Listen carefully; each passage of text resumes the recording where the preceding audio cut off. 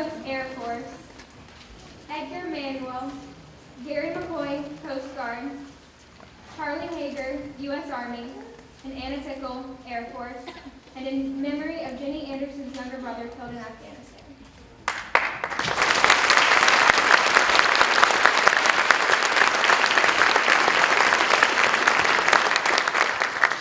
Many of the poems presented today were written by members of the American Legion and can be found on their website. The poem we're going to be doing is Remember, submitted by Robert Overture.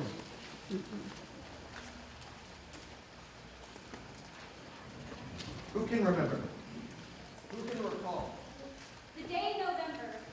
We scaled the last wall. The day the war ended. The fighting suspended. Some 100 years ago.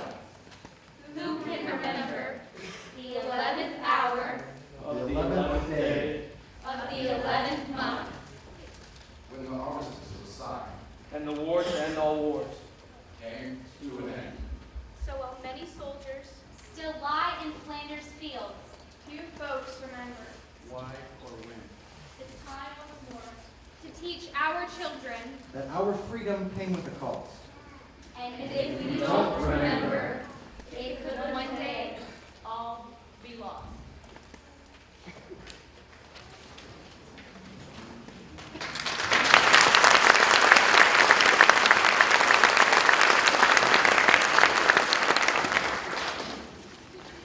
John Philip Sousa actively composed over a span of nearly 60 years, but it was during his time as leader of the Marine Band, followed by the early years of his leadership of his civilian band, that Sousa wrote some of his most famous marches, those that earned him the title, the March King.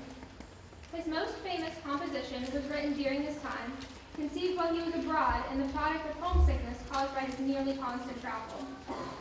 Since its premiere in Philadelphia on May 14, 1897, the Stars and Stripes Forever has secured its place as the most popular and widely recognized march of all time. It has captured the spirit of American patriotism perhaps better than any other composition for more than a century. Former Sousa Band members testified that during the popularity of the Sousa Band, the Stars and Stripes Forever was performed on every concert. Audiences expected and sometimes even demanded to hear the march, and eventually began to stand up upon recognizing its opening bars as if it were the national anthem. It didn't succeed in becoming the national anthem, but in 1987, President Ronald Reagan signed an act of Congress designating the Stars and Stripes Forever the National March of the United States. Ladies and gentlemen, the nation's march, the Stars and Stripes Forever.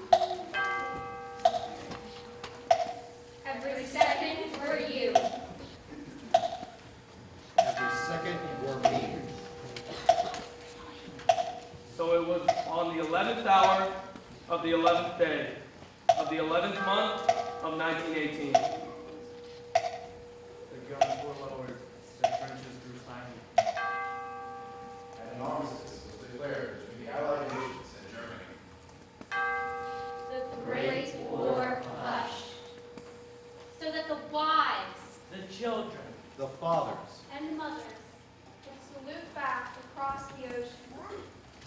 and it is on this day each year that we have stopped to salute our veterans, our men and women at the 11th hour. So today, it's our turn. It's our turn to show our gratitude. It is our turn to applaud when they stand. It's Our turn to thank God for you. Yes, it's our turn to say thank you for going in our stead.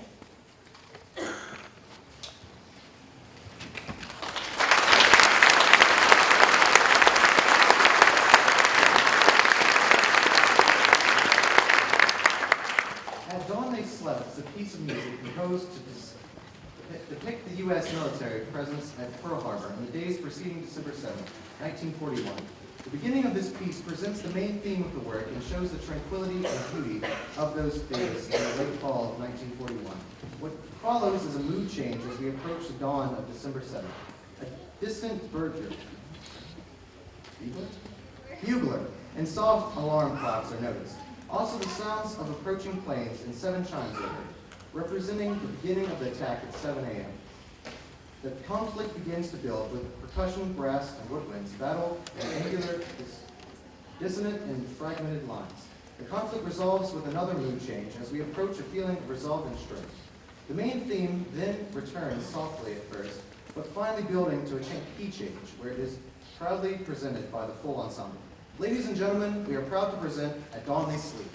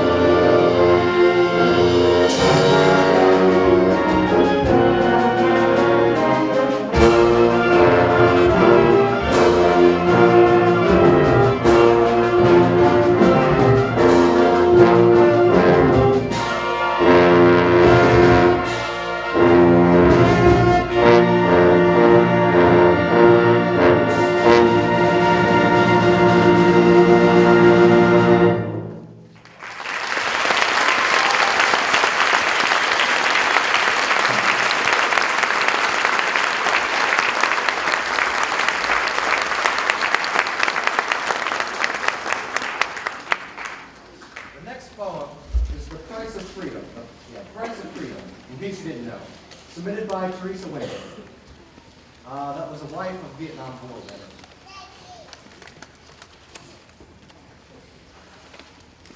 I watched the one that I hold dear struggle within, showing no fear. Through cloudy days and restless nights, he tries with courage to keep up the fight. The demons, the ghosts that dwell within, continue to surface and keep haunting him. Despite his best efforts, they will not subside. He lives with it daily, with me by his side. No matter what I do or what I say, nothing eases the pain of the day. I feel so helpless, as if he's all alone. I can't get through that wall of stone. Try as I may, try as I might, I will never understand the shrieks in the night. The demons that haunt him most every day result from that war of yesterday.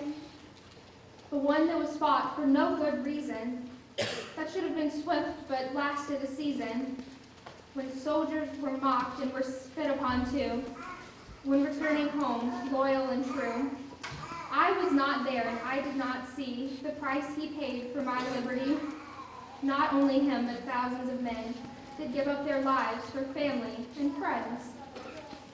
Some gave their lives, some gave their limbs. Some gave something from deep within. Lives were changed on those great battlefields because to our nation they did so willingly yield. Brothers they are now, the ones that survived. They rarely can speak of those who died. The bond they have from their service together is worth more to them than the fairest of weather. To share that bond, I can never do. The bond they have is tried and true. I can only pray he knows that I care, and am ready and able if he chooses to share.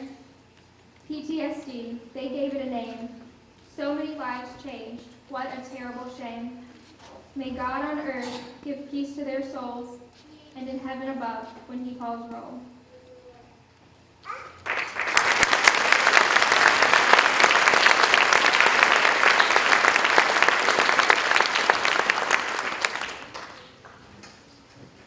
Composers, or artists of any kind really, aren't often the best judges of their own works. Case in point, Tchaikovsky's 1812 Overture. In a letter to Madame von Meck, Tchaikovsky wrote, "The overture will be very noisy and loud, but I wrote it with no warm feelings of love, and so it will have no artistic merits to it at all. Loud and noisy it is, particularly during its finale, but orchestras and audiences alike would argue for its merits as the piece has become a perennial favorite and one of the composer's best-known works. This piece of Russian music has been a staple at American patriotic concerts for decades, but how? The answer is quite simple. The Boston Pop Orchestra was celebrating the American bicentennial in 1976, and the conductor at the time, Arthur Fiedler, needed a rousing finale. Fiedler picked the Russian Overture for one simple reason. The cannons involved in the piece, and the fireworks would go great together. Since then, the 1812 Overture has been a staple at patriotic concerts. Before we begin, we would like to caution audience members that there will be elements of the music intended to imitate cannon fire. If this may disturb you, we encourage this time to go observe the art on display in the lobby. Ladies and gentlemen, the finale to our band's portion of tonight's program, the 1812 Overture.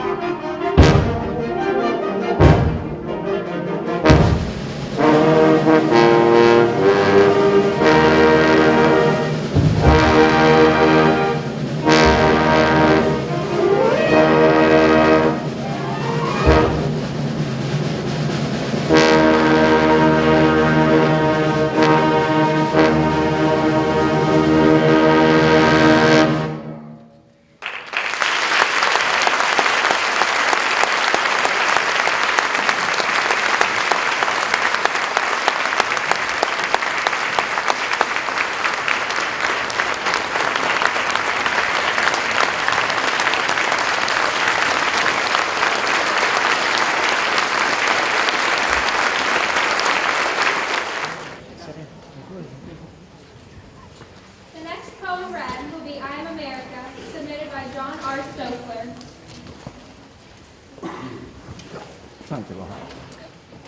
I lost my first child on the day I was born, on April 19th, 1775. I am America. He fell on the green at Lexington, his heart pierced by a British musket ball. Many more of my sons and daughters would fall on that day, and in the years to come, until the guns grew still, and peace came to me on that glorious day in Yorktown. 86 years later, my heart was nearly broken as my sons and daughters donned the blue and gray and took up arms against each other. At Manassas, Missionary Ridge, and elsewhere, my children fell, and I grieved. During this devastating time, my son Abraham Lincoln eloquently expressed my feelings at a place called Gettysburg, when he pledged that those who had fallen shall not have died in vain, and that government of the people, by the people, and for the people shall not perish from the earth. 52 years had passed when I was called upon to aid my cousins in Europe. This time, my children crossed the seas, and over there, at places like Somme and Meuse-Argonne, many gave their last great measure of personal sacrifice to stem tyranny's tides. In the 1940s, my children became embroiled in the biggest war the world has ever known. From a harbor called Pearl to Iwo Jima, Anzio, Bataan, and Bastogne. They fought and died that the peal of freedom's bell would not be still. And only then, when it was done, Bataan marching home again. In 1950, my loved ones were again off to stay tyranny's iron hand in a faraway place called Korea. At places with names like Pork Chop Hill and Heartbreak Ridge, did my children again fight and die for freedom. And again, I wept for those who fell. In the 60s and 70s, my children took up arms in the freedom's name. From the Mekong to the DMZ, to a valley called the Ladrain, many gave some and some gave all. The pride I have in them for the courage and the sacrifice ever made has never faded. Since Vietnam, more of my sons and daughters have given their all on freedom's behalf in places with equally strange sounding names, like Mosul, Fallujah, the Korengal Valley, and the Helmand Province. There are those who hate me and what I stand for. Given the chance, they would snuff out the inseparable essentials of my existence, liberty, and freedom. They have different names and faces, but their nefarious goal remains the same, to destroy my children and me. Nothing made this so clear as the attack on September 11, 2001, when those dark forces ended the lives of nearly 3,000 of my children for the sole reason that they are Americans. For some time passes and memories fade, but through all this, I tell you that I remember each of these, my children. The faces of those who fell at Bunker Hill are as fresh in my mind today as those who perished at Gettysburg, Chateau-Thierry, Normandy, Busan, Baghdad, and yes, on the United Flight 93. I know of the dreams each had for their family, and those their family had for them. And where they now lie, be it in my bosom or in some distant land, makes no difference, as every name and face is forever etched in my heart and mind. No, I can never forget these my children, for I am America, and I shall always remember. Liberty.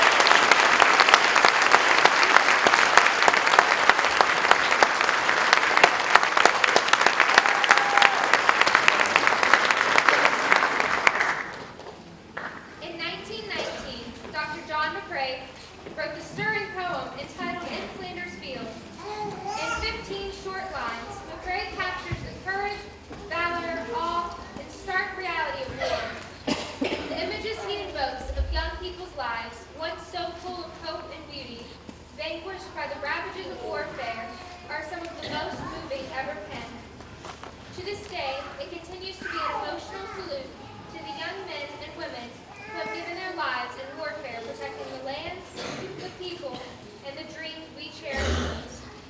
His challenge to take up the torch of the fallen warriors is as desperate a challenge to remember as any we will find in the English language. In Flanders Fields, the poppies blow, between the crosses, row on row that mark our place. And in the sky, the larks still bravely singing fly. Scarce heard amid the guns below. We are the dead, short days ago. We lived, felt on, saw sunset glow, loved and were loved, and now we lie in the Flanders Fields. Take up our quarrel with the foe. To you, from failing hands, we throw the torch. Be yours to hold it high. If ye break faith with us who die, we shall not sleep, though poppies grow in Flanders Fields.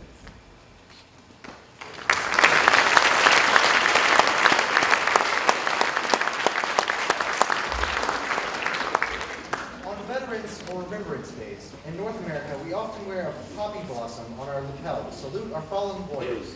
This beautiful gesture was encouraged by the vivid words of Dr. McCrane's A Praise poem.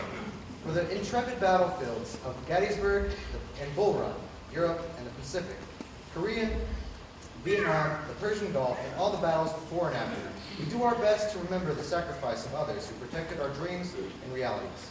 Lest we forget, in Flanders Fields will be there to remind us. We hope that this musical setting of this immortal words will move you to remember and be grateful. The soloist of this song is Killian Moran.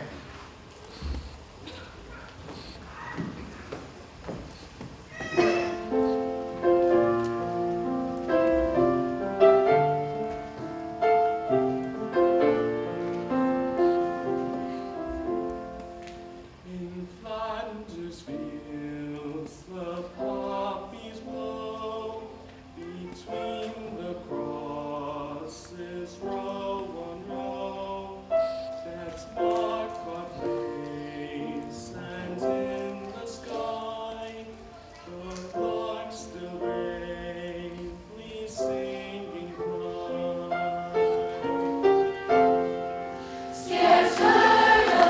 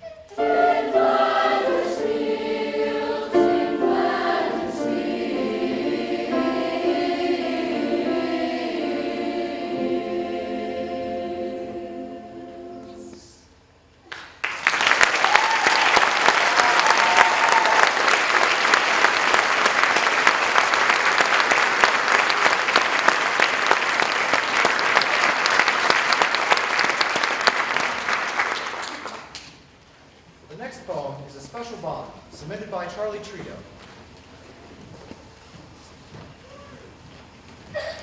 My life was touched by lots of folks throughout these many years. Most brought me joy in countless ways, while others caused me tears. Some I knew, but chose to forget. The choice was mine to make. So I'd rather say goodbye to them than be someone who is fake.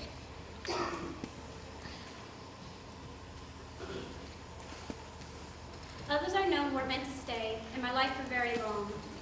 So they continued on without me. I'm not saying they were wrong.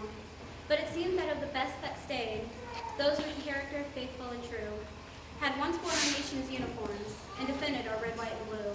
I met most so many years ago and still see them today. I met others much more recently, but the kinship is just the same. For as veterans, we share a certain bond that goes deeper than friendship alone, forged by lessons learned in our uniform years that will take forward till day is done. And when that day comes and I'm laid to rest, my friends will offer goodbyes, the most special of which will be slow salutes from fellow veterans with tears in their eyes.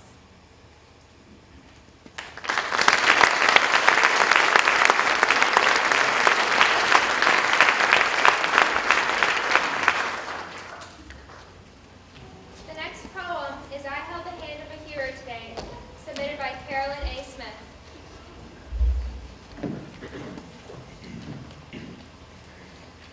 I'm a volunteer at my local VA Medical Center's hospice ward. On the 29th of March 2018, I was visiting a 99-year-old Marine veteran, Mr. B, who has served 30 years, including World War II in Iwo Jima and Vietnam. Though still conscious, he was fading fast. As I stood by his bed, holding his old weathered hands, I was inspired to write this poem. Mr. B passed away the very next day. I held the hand of a hero today. Too weak to talk, but he could still smile anyway.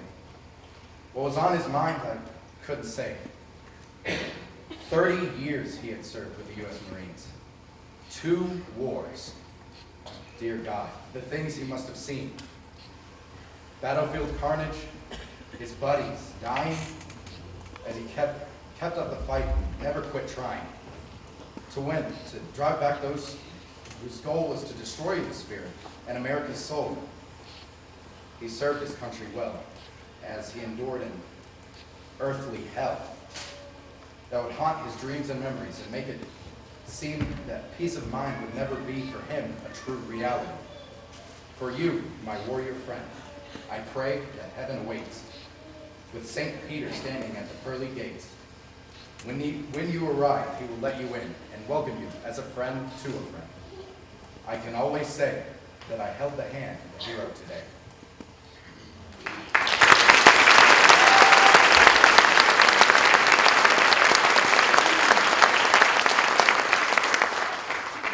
On behalf of the Pulaski County High School Choral Department, we would like to say thank you to all the veterans present this evening. And this evening we're going to end tonight's concert with tribute to the armed services. So when you hear your marching song, if you will please stand so that we can honor you and thank you for your service.